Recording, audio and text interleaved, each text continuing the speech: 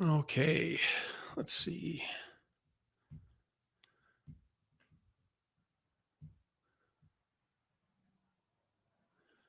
Checking a couple things out here. And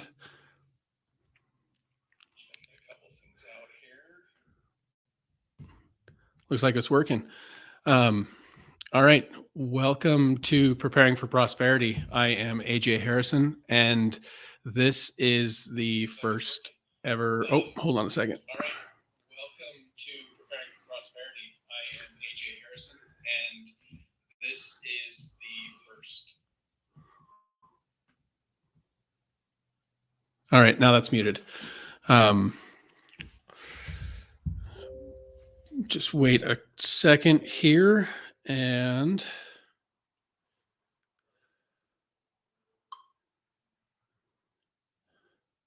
Alrighty. Jeepers, this is quite an interesting thing. First time ever doing something like this. I don't do Zoom calls or anything like that very often, so um, it's kind of crazy. So again, welcome to Preparing for Prosperity. I'm AJ Harrison. Um, I'm really excited to be here and doing this new venture and adding to the podcast. So as you can see behind me, I've got some construction stuff going on. I'm in Grandma's tiny house. I did not get done the work that I wanted to this weekend, or this week rather. Time kind of got away from me, so I don't have all the joints taped. I do, however, have most of them hot mudded except for that one back there. I need to pre-fill that one still and then get going on the going from there. So there's going to be a lot of ums today. There's going to be a lot of just kind of random sidebar off the wall stuff because this is also new. So please bear with me. I'm sure with time these will get better. So um, today we're going to talk about Harvest Right freeze dryers. And I have had a freeze dryer since 2021.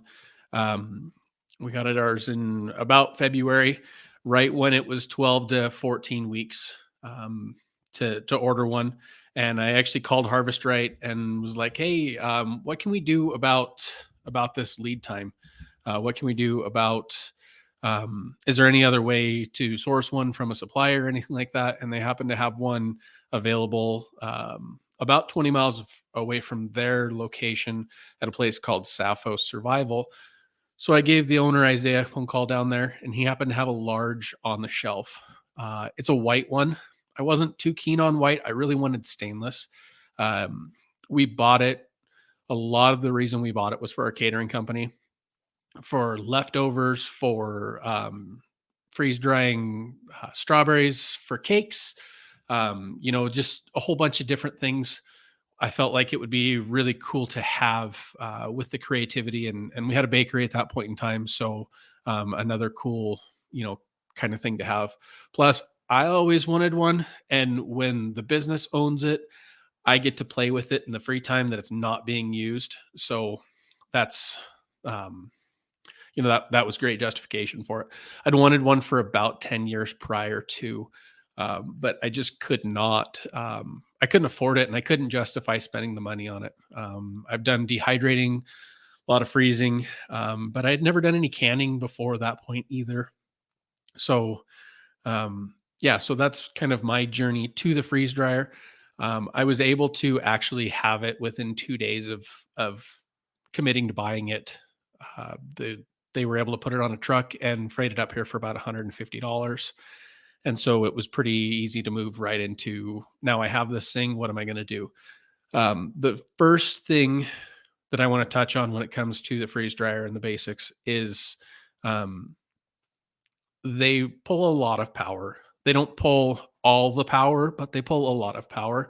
And they recommend a dedicated 20 amp circuit, but they require it for the the large and now the extra large versions, and they have a different plug. One's like this, one's like this. That's a 20 amp 120.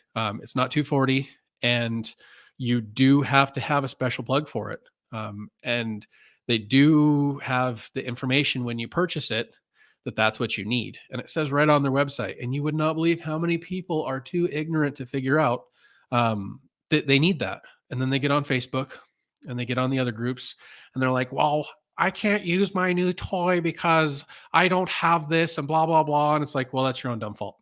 I feel no pity for you. I actually feel like you probably, that's kind of rude, but you probably aren't sophisticated enough to use the machine if you can't read the literal 8x10 piece of paper that comes with it that says what you need to do. So that being said, that's a little rant that I typically go off on because it's the most basic thing in the world. And I'm not an electrician. I did wire in the new circuit for it, but I made it pretty easy when we did our garage. I have a sub panel that actually sticks out of the wall, and I just use MC cable, which I don't have any out here with me. I'm surrounded by a menagerie of different construction things. I've got plumbing down here. I've got bits right here and behind the camera. Over there, I've got trim guns and some power tools. Yeah, it's quite the fun place to be broadcasting a podcast from today. But it's the place that was most convenient. Has great lighting. I feel this is right there. That's a little bright behind me, but I think it's okay for today. So MC cable is a wire that has a spiral jacket on it, and it's meant for commercial applications. And you can just put it right on the front of your drywall and run it to where you want to go, and it doesn't need any protection because it has protection on it. So when I did our garage, I made sure we had a panel for that because I put every one of our individual freezers is on their own 20 amp dedicated circuit as well, because I've lost 2 freezers so far, and one was because the GFCI went bad, and the other one was because I believe it was because the breaker went bad. My house was built in '93. This was original wiring, and I just had it plugged into the regular outlet in the garage. So no more of that. We've got Yolink. As I've said before, we've got Yolink freezer monitors, and they're all on their own circuits. But that's not what we're talking about here today. We're talking about freeze drying. So you got to have your power taken care of, and then you need a place to put it. You do not want to put it inside your living area in your house. A lot of people will ask, well, can I put it in my kitchen? Can I put it in my living room on this table? What about in the laundry room? These things run for, at minimum 14, 16 hours. At longest, the longest one I've run is 72 hours on a load. That pump fires on and off at the most random times. It creates a lot of heat. I would not, unless you absolutely had to, put it in inside your living area. It's just not a great. It's not a great solution. A heated garage, even an unheated garage, really, we don't typically heat our garage in the wintertime. It is insulated, and the freeze dryer running it consistently actually helps keep it the temperature up a bit. And then I do have a heater that comes on when it hits 50, but between the heat that the freezers give off and the freeze dryer, we typically don't have to. So considerations for where you're going to put it is a big thing. And then when you get your freeze dryer, it's going to come with, and I don't have a lot of the stuff out here with me today just because it wasn't feasible to pick up and bring out here with me the pump and all that kind of stuff. So when you buy a freeze dryer, it's got a vacuum pump that comes with it. And that vacuum pump, they used to offer a standard, a premium, and a oilless pump. They no longer ship a standard pump anymore. I have the standard pump. You had to change the oil. I have to change the oil every single batch. And it's a little bit of a pain in the butt, but you build a system around it and it's not that big of a deal. It was a $690 difference between the standard and bumping up to the premium. Now, From there, you go to an oilless pump, which is a clacking, clanking, like sounds like you got a 12 valve diesel sitting right next to you. Just ridiculously loud. Um, so I wanted the oilless, or I thought I wanted the oilless when I bought mine. Um, I then was around a friend of mine who has an oilless pump, and I do not want an oilless. It's very loud. It is very, it creates a lot more heat. And the one thing that you don't seem to realize is you have to have that thing rebuilt. Every year and a half to 2 years, you have to send it in. And when you send it in, you have to send it in to get rebuilt. And it, it's not the sorry, I was just checking there to see if I had a response to a message that I sent earlier. So we boy, rabbit hole. Um, we decided we didn't want an oilless because of the extreme expense involved. Now you don't have to have a you don't have to have the dedicated um oh man, I'm just all over the place right now. With the oilless, you don't have to have the oil, which is great. But it's an extra $1,400 for the oilless pump and the service timing on it. So if I were to buy a new one today, which we're actually looking at the purchase of an extra large here in the next 6 months or so, um, I would recommend, and I'm going to buy just with the premium. The premium you can run 15 to 20 ish batches on the oil before you do an oil change, which just cuts down a little bit of maintenance, but not a whole lot. And the volume difference isn't much difference than the premium. So that's what I would recommend. Um, Now, the easiest way to do an oil change is if you go to like a Goodwill or a thrift store, Salvation Army type store, that type of deal, and just buy a Brita water filter pitcher, the kind that you stick in the in the fridge. It's yay tall. It's about holds a gallon total of capacity, and then it's got the little tray with a little tube that hangs down. And what I do is I just use. It sounds weird, but remember we're filtering oil here. This is not food. This is not anything you're going to eat. I use Kirkland toilet paper. And I cut the roll in half to where, if it's a circle like this, I cut it in half like this, and then pull back about a half an inch and roll that up. And it makes a paper filter. And that's actually fairly old school technology because we used to run a long, long time ago. There were secondary oil filters for vehicles that used a roll of toilet paper. So it's not the weirdest thing in the world. It just is kind of weird. So I just roll that up really tight, jam it down in there, and then when I get done doing a batch of stuff in the freeze dryer, on the menu at the top, you can if you're done and you know that you're done, because you've opened the valve and let the vacuum back in. On the screen, you can push the little leaf button and it'll pull up the micro controls, and you can just fire the pump. And so I turn the pump on and I let it run for about 45 seconds. What that does is that cycles the oil. It warms it up a little bit, especially if it hasn't run in a bit. And then then you shut it off, let it quit spinning, and then you open the valve, and that oil is a lot less viscous and it pours right out really easily. And I just have multiple quarts of oil sitting there at any given time. Typically, there's 4 quarts of oil sitting next to the pump, ready to go. So when you open your original oil and you pour it in the top, then you save that quart of oil. You save that quart that the oil came in, so that when it's done filtering, you pour it back in there, close the lid back on it, set it next to the pump again, and then you're ready to go. And the oil lasts an incredible amount of time.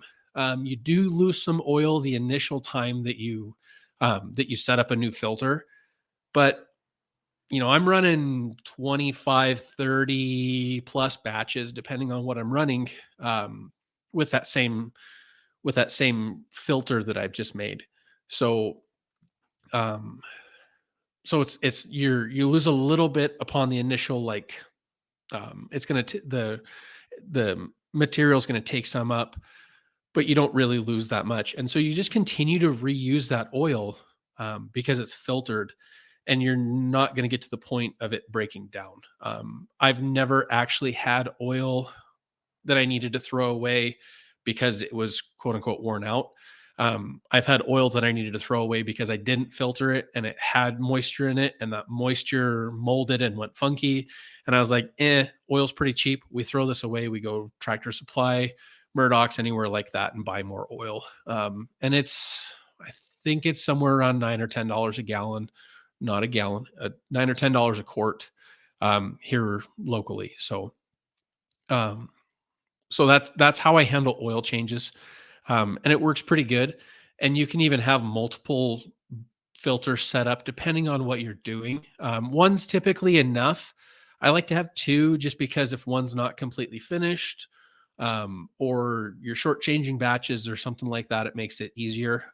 Or I'm the kind of person where if I'm hearing the pump run and it doesn't quite sound right, I'll push pause on the machine, and then I'll empty it and I'll replace the oil and put it back in there. Filter that through and see if it was just something funky that way. The vacuum was pulled weird. There's a number of other of things that could be different with it, but that's kind of where I go with it. Um, so other kind of things that we have, to go with it. We've got a tray here. This is a large. It is fairly decent size. The larges used to come with 5 trays. Now they have a premier or premium or something or other.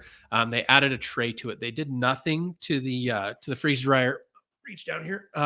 They did nothing to the freeze dryer itself, except for add another tray to the shelf with another heating pad. And that's so that you can do more stuff like the liquids that I do. Now it's like $500 or $600 for the new tray. The new ones, it comes as an option, but to do a retrofit, it's kind of expensive.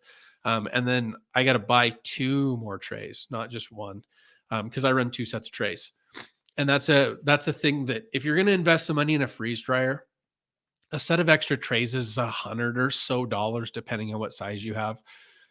Just buy them immediately when you get the machine. Just buy the stupid things. It's going to make your life super, super much better. And I know that's a weird way to say that, but it's the way I like to say it. Um, so yeah, just buy an extra set of trays, because while one set is in the machine, you can be running another one.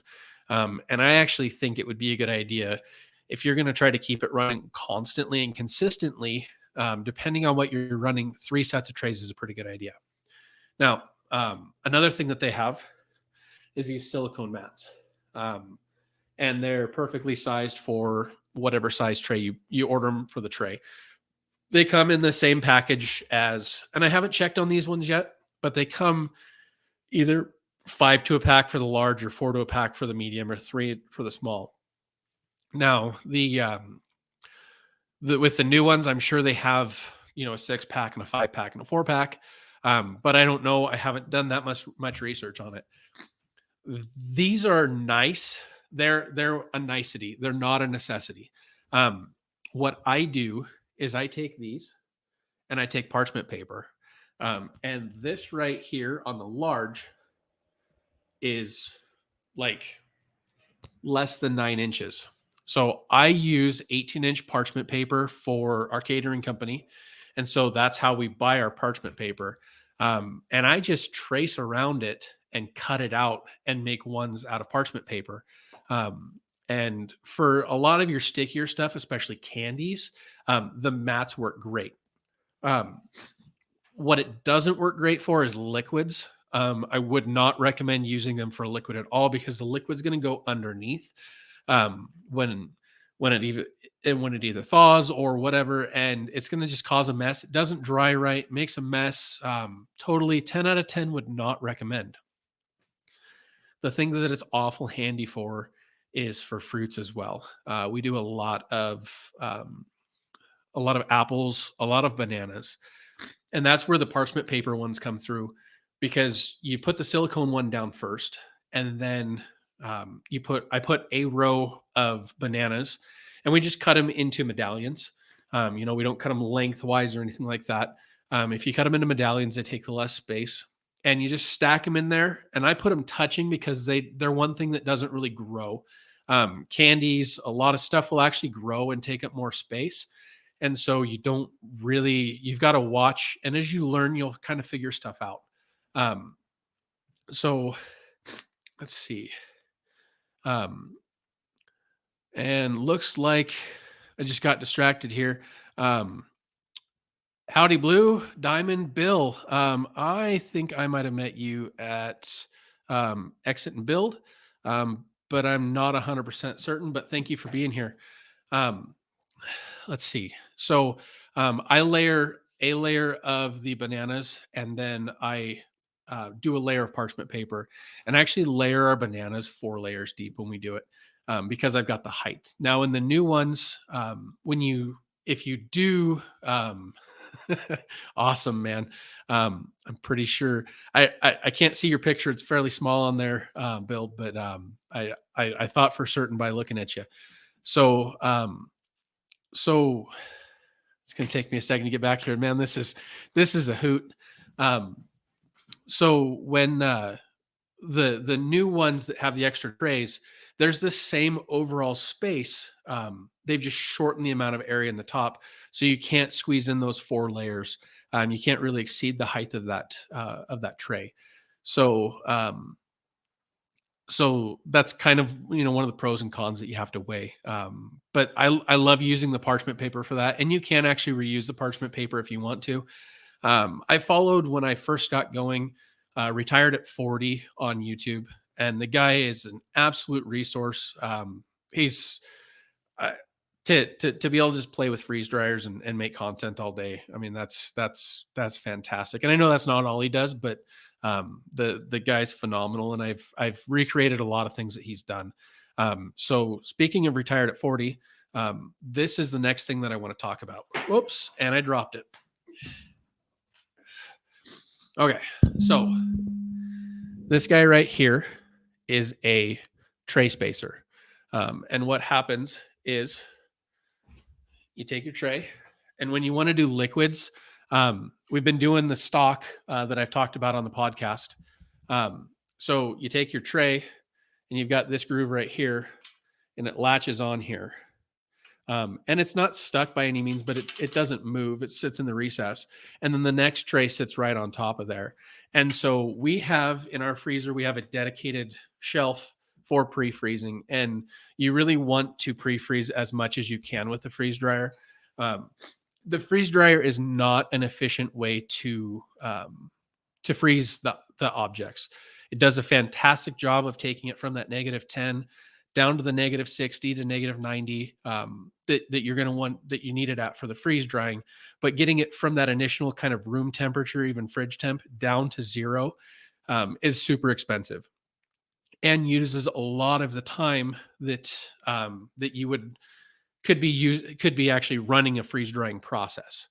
So we just have in our vertical freezer, we have the top shelf, and that shelf has nothing on it but freeze dryer trays, so that we can be pre-freezing the next batch. And the like I said, we've been doing a lot of um,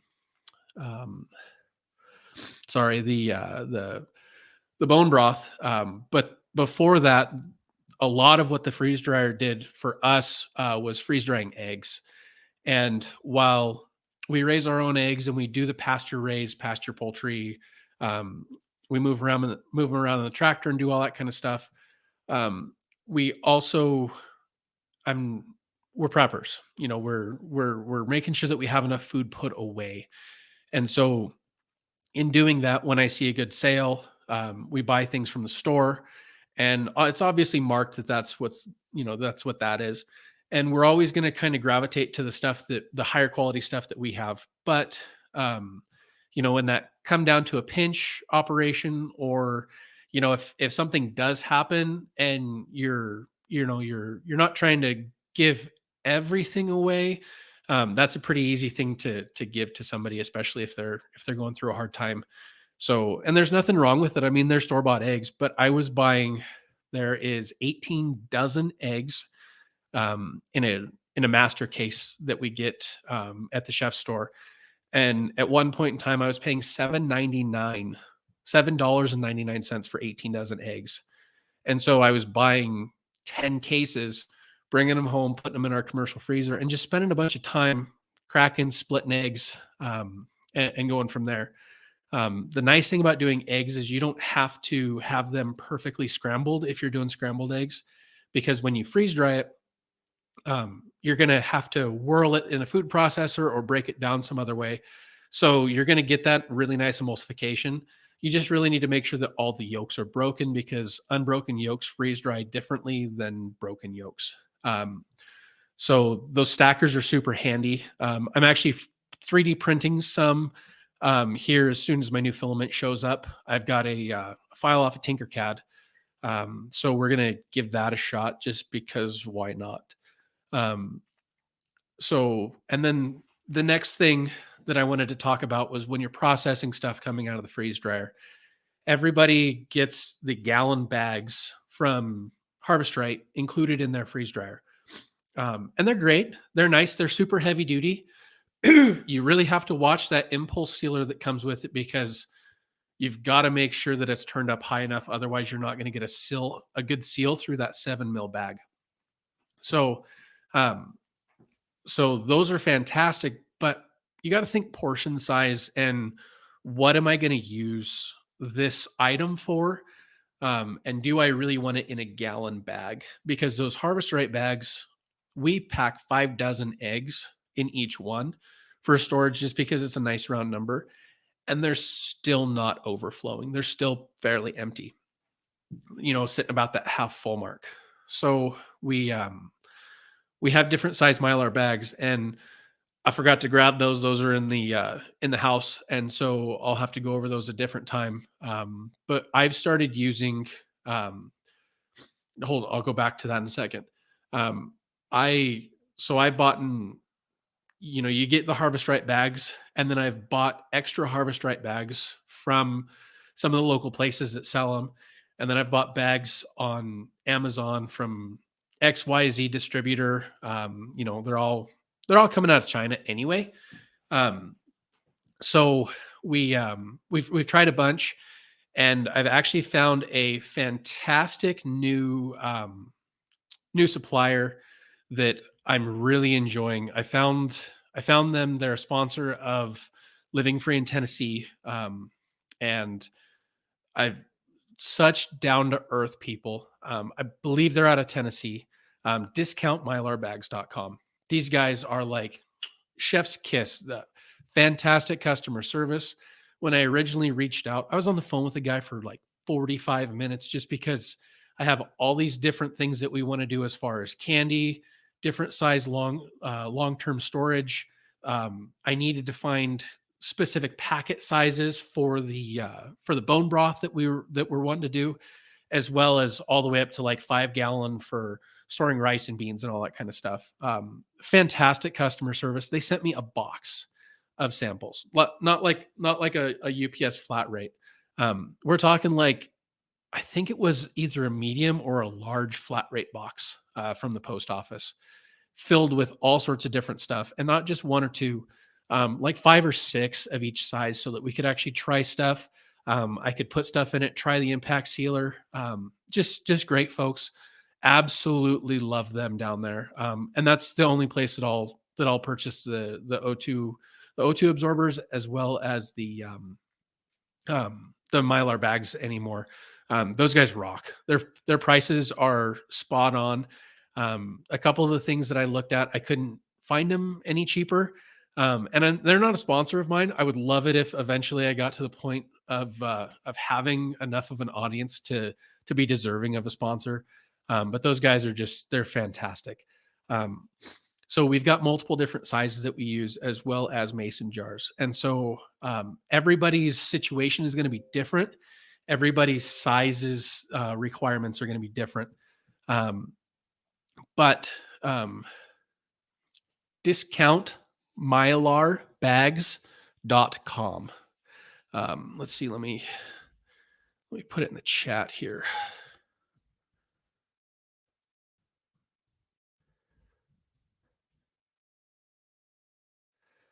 All right, so that should be in the chat there. Um, and the owner of it, his name's Toby. And I didn't talk to him. I talked to one of just the generic guys that works there, and they were fantastic. So I really, really would like to just kind of encourage everybody to think about how much of a certain item they're going to use, because the bigger the volume of the package, um, as soon as that's open and as soon as it's to free air, it's going to start pulling moisture. Now, for us, it's not as big of a deal for most things because we're in a high mountain desert climate and our humidity is pretty low anyway. But if you're in Tennessee, Texas, Florida, heck, even over in Seattle, Washington, where the humidity is higher, the more time that that's exposed and not with an oxygen absorber, it's going to start leaching in the moisture, and that's going to cause it to. Um, there's a word for this, and I'm on camera and I forgot it. But it's going to start to absorb that moisture and reconstitute. And as it reconstitutes, it's it's no longer got a shelf life. It's starting to deteriorate. So really think about that. We use a lot of mason jars.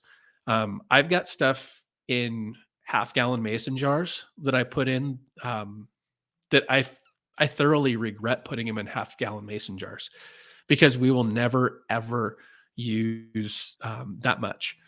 One of the things that we have in there is eggs. I've got a whole mason jar, multiples of them, filled to the brim with scrambled eggs that are freeze dried.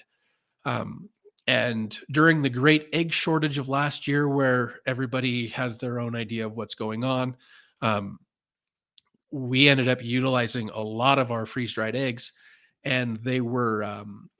Looks like I'm having a little bit of a connectivity issue here, but we ended up using a lot of our freeze dried eggs, and even opening the eggs, we go through 12 to 18 eggs a breakfast between the six of us. So you're using quite a bit. They were still going bad. They were still going bad before we got to them. So um, I would recommend, and I have started the ones that we're going to use. I'm actually using wide mouth pint jars anymore for our eggs, and then a lot of the seasonings and stuff we either use a pint jar or a half pint jar, just so that they aren't taking on the moisture. Now I freeze dry garlic, and those are just a smashed clove that's been freeze dried. These things right here, these are a must for that because garlic is a sticky, icky mess. Makes a horrible mess in there. So don't put garlic straight on the trays because you'll hate it. But I just crack them with the side of the knife and then throw them on the tray, and then we freeze dry them. And then when I'm cooking in soups, stews, stuff like that, you just throw a couple in there. Those ones I don't worry about reconstituting and taking on moisture so much, but anything powdered, definitely. So I have now hit just over 30 minutes, and I wanted to try to not make this super too long. So I'm going to go ahead and pull the plug on this guy. Hoping to start doing live streams at least once a week. I want a special shout out to Blue Diamond Bill for being here. Sure appreciate that, man. And check out the podcast. This won't be in the podcast feed unless I can figure out how to pull the audio off of it, off of YouTube. So I'm going to go ahead and work on that when I get done here. But thanks everybody that didn't catch it live for watching it, for preparing for prosperity. I'm AJ Harrison. We'll see you next time. Thanks.